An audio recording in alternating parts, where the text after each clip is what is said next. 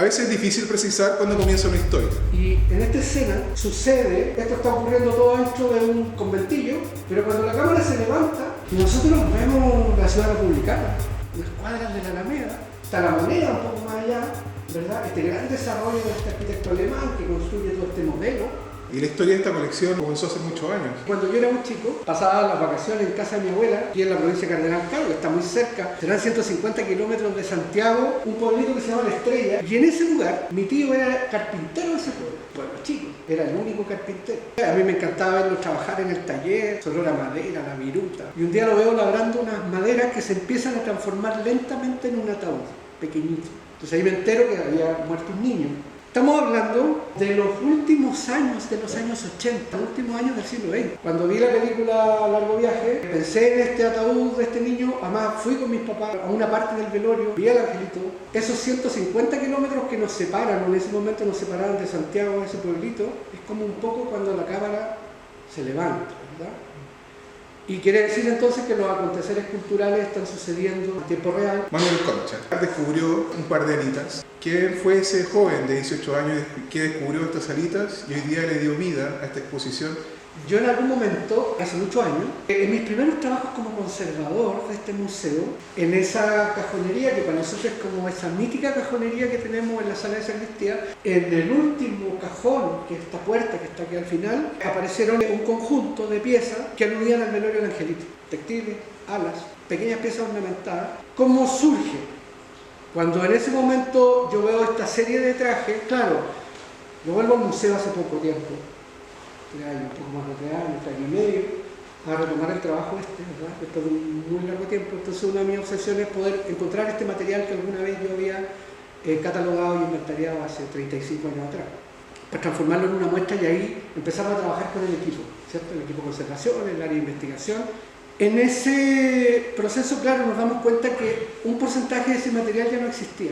Habían pasado 35 años, ya no existía, se nos hacía difícil montar esta exposición.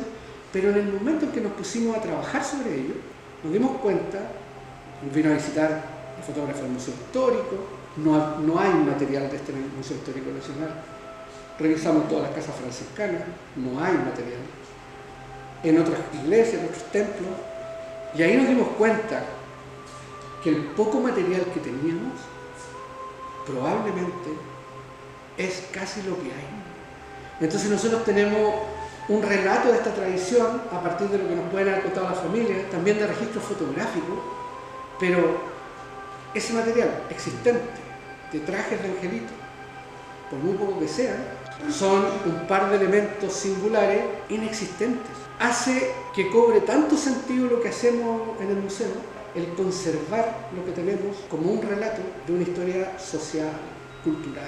El primer vestido. Cosas que descubrimos al hacer el trabajo de análisis. Este no es un trabajo que uno realiza solo, hay un enorme equipo, tanto de conservación como de investigación, que son los que más han trabajado en esto, haciendo entrevistas incluso a personas para poder ir construyendo este gran relato de lo que supone esta muestra. Y analizando los trajes, también haciendo algún trabajo de conservación para poder exhibirlo. Los trajes están muy frágiles por mucho tiempo de guardia y por mucho uso. Los tenemos consolidados con mallas textiles para que se puedan sostener en la posición en la que están. Sin eso no los podríamos exhibir, ¿ya? Entonces hicimos un trabajo de limpieza, los trajes se notaba que habían sido muy usados y básicamente son 2 textiles. Sabemos que son textiles que prestaban una función distinta y que en algún momento fueron reciclados y empezaron a ser ornamentados. En un tamaño que además permitía tener un niño pequeño y de pronto un niño más grande. Nosotros sabemos que a veces había niños que no habían sido ni siquiera bautizados todavía, ¿verdad? Esto es como lo que me decía el hermano provincial acá, que él vivía en Navidad.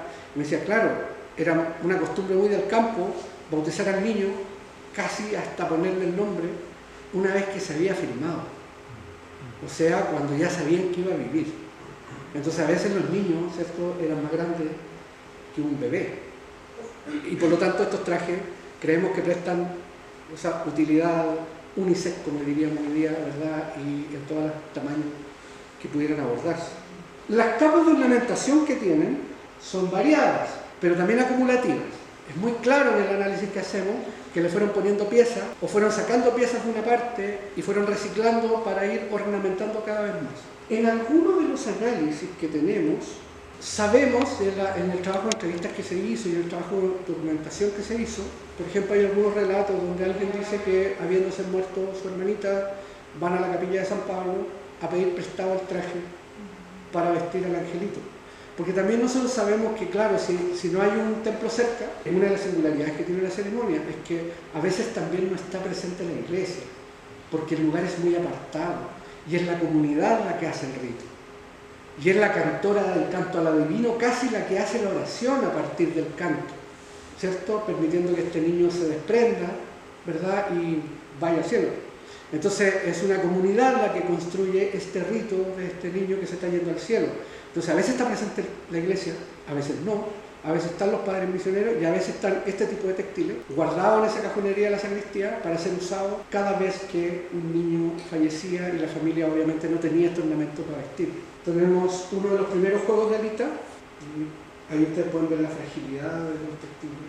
Ese es el estado, eso demuestra que esa zona que era la de unión está muy trabajada, muy amarrada. El otro, de hecho, tiene mayores alteraciones. Todo muy surcido, y ese surcido es de época, así, muy antiguo. En los trajes se nota el uso y el roce. En algunas partes del traje, el roce de la Alita. Podríamos en algún momento pensar que estos trajes pudieran haber prestado otro servicio. No existe ninguna cultura policromada, ninguna imagen de candelero nuestra, de vestir de un santo, de un arcángel, que tenga alas así. Todo es tallado, policromado o elaborado de una manera muy distinta. El segundo juego de alas, más sencillo, muy de papel de chocolate o papel, latitas de cobre, esmaltadas. Todo eso hilo, entorchado, en algunos casos hilos de plata, en otros de zinc níquel o hilos de bronce. Claramente son reciclados de otro tipo de ornamento, de otro tipo de piezas ornamentales que fueron tomadas para ser usadas en esta construcción. De hecho, por ejemplo, otra cosa que nos sitúa estos trajes, estas túnicas, en el uso de un vestir humano, es que son estructuradas completas. Todas las piezas que nosotros tenemos para vestimentas de santos, de ángeles, de piezas devocionales, están armadas por secciones, porque como no se articulan, todas las mangas y todas las piezas que se montan vienen todas separadas. No es una vestimenta, aparentemente uno lo ve como una vestimenta completa, pero son solo secciones de piezas que se van incorporando. Una segunda pieza importante en el armado de la muestra, que nos construye este relato, nosotros el relato lo armamos en unas 3 capas aproximadamente visuales. Gira todo en torno a estos juegos textiles y ornamentales de los angelitos, que tienen esta historia. Pero también en esa misma búsqueda, estas casualidades son bien bonitas, porque nosotros partimos la búsqueda de los textiles para armar esta exposición de angelitos. Sabíamos que además tenemos una serie de materiales que nos iban a prestar servicio al momento de hacer la museografía, pero no sabíamos que nos íbamos a topar con esta pintura. Eso no lo sabíamos. Y entonces buscando, acá mismo en el segundo piso del museo funciona todavía el claustro franciscano, todavía habitan los hermanos menores arriba, y funciona como convento, como claustro, buscando material en bodega, de cosas que tenemos del museo arriba, pero también hay cosas que son propias de ellos. Encontramos en una bodega esa pintura, y esa pintura tiene un texto que apenas se ve en el lado izquierdo, y en el proceso de limpieza el texto dice que es el retrato de un niño que falleció a inicios del siglo XIX, y entonces es un retrato de un niño muerto antes de la existencia de la fotografía. Es algo muy extraño, y estaba en muy malas condiciones. Y por eso hago este símil, ¿verdad? Porque nosotros conocemos las fotos de retratos de niños muertos, hay un desarrollo de fotografía mortuoria muy grande, ¿verdad? En algún momento de la historia, como guardar eso, quizás como la única foto que existe de la persona. O sea, era tan cara y escasa la fotografía que la paradoja era que muchas veces se tomaba cuando la persona se había muerto. En el caso del niño, tenía toda una vida por delante para ser fotografiado, entonces quizás el único recuerdo que queda de ese niño es la fotografía que se tomó cuando ya estaba muerto. La pintura es el retrato de un niño muerto. El niño podría haber sido retratado siendo mayor, pero fue retratado estando muerto. Por lo tanto, esa pintura tenía mucha conexión con el tema de la muestra. No sabíamos que existía, nos topamos con ella y la restauramos para incorporarla a este proceso de la muestra. En toda esta lectura, porque además en estas capas que yo digo, nosotros hacemos una especie de recorrido con algunas pinturas icónicas respecto al velorio del angelito, que son las obras generadas fundamentalmente por artistas de la generación del 13, como Arturo Gordon, ¿verdad?, que vuelcan y desarrollan una obra, ¿cierto?, a partir de sus propias vivencias. O sea, sin lugar a dudas, por eso está reflejado el velorio del angelito y una serie de fiestas tradicionales a partir de la mano de estos pintores como Ezequiel Plaza, ¿cierto? Arturo Gordon.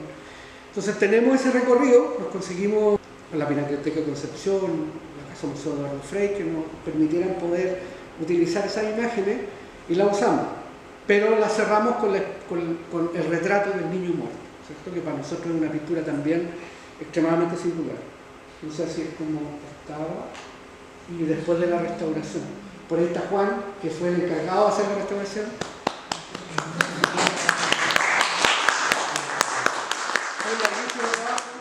Además, muy presionado por el tiempo, porque la muestra tenía fecha fija, entonces solo él sabe lo que lo hice. El proceso de un gran trabajo de restauración para poder recuperar la pintura. Y esto es más o menos el esquema entonces, donde nosotros armamos estas secciones, ¿cierto?, que están relacionadas con las pinturas. Todo circula en torno a los trajes, ¿verdad? Estos textiles únicos que reflejan lo sensible de esta tradición. El muro donde están las sillas colgadas es lo que nosotros llamamos o queremos simbolizar como el mingajo, que es como la minga familiar de la población, de la familia, de los tíos, de los vecinos, que cada uno ponía algo, ¿verdad?, para poder cubrir esta ceremonia, que las más de las veces era la ceremonia de un país muy pobre, de familias que no tenían recursos. Y entonces piezas que se iban uniendo. Eso es lo que queremos mostrar de alguna manera con materiales de los que tenemos. Hay una sillita roja ahí, que es la más antigua que tenemos de toda la colección, porque esa es una sillita del siglo XVIII. La sillita roja con espejo, luego algunas sillas pequeñas. Escapularios, detentes, piezas hechas a mano de manera muy artesanal y que cumplen, ¿cierto?, esta función ritual, litúrgica. Todas piezas parte de la colección entre el siglo XVIII y el siglo XIX. Y finalmente lo que queremos mostrar con un par de piezas de escultura policromada entre el siglo XVIII y el siglo XIX que tenemos, de madera, que son los ángeles, la Virgen, los candelabros y la sillita. En casi todos los relatos que nos cuentan las personas de la recopilación, esa sillita de paja está muy presente. La sillita de paja de niño, de patitas cortas, ¿verdad? Es como la silla del relato del velorio. Entonces, lo que quisimos mostrar de alguna manera fue armar la ceremonia, obviamente sin el niño presente. El niño ya estaba en el cielo. Lo que intentamos es cruzar todos los tópicos posibles que puede tener esto, ¿cierto? Esta historia que probablemente comienza en España, que de España se deriva a América, que de América se reparte por distintos lugares, incluso con nombres distintos, con una expresión dramática incluso distinta y también formal. Nosotros quisimos tomar, en el caso de la muestra, quizás la ceremonia religiosa más profunda que tenía el tema del velorio angelito, porque también en el relato histórico se cruzan otras cosas, o sea, la mortalidad infantil, los planos que tienen que ver con la salud social, las distintas capas que tiene el tema de por qué los niños se morían a la edad que se morían, los distintos cruces que va teniendo la fiesta cuando va derivando en otras cosas. Nosotros quisimos tomar la parte de lo que es la ceremonia a partir de este relato profundo de lo que para nosotros significan las piezas que tenemos, ¿cierto? Lo que las piezas nos gatillan respecto a eso, lo que a mí me pasó en esta historia que yo contaba al inicio, ¿verdad? Y que supongo que, dependiendo de las vivencias que nosotros tengamos, nos puede acercar un poco a ese mismo tipo de reflexiones. Los trajes son de alguna manera la acumulación de experiencias de personas en un relato profundo, en un momento difícil, pero que además quiere ser un momento en donde nadie puede llorar, porque ese niño se está desprendiendo para irse al cielo. Y por eso además su nombre, como de alguna manera todo eso que está ahí, el mingajo, la fiesta, el canto a lo divino, la ornamentación de estos trajes, es como ese último cariño, es como el último arrullo para que ese angelito se desprenda, ¿cierto?, y llegue al cielo.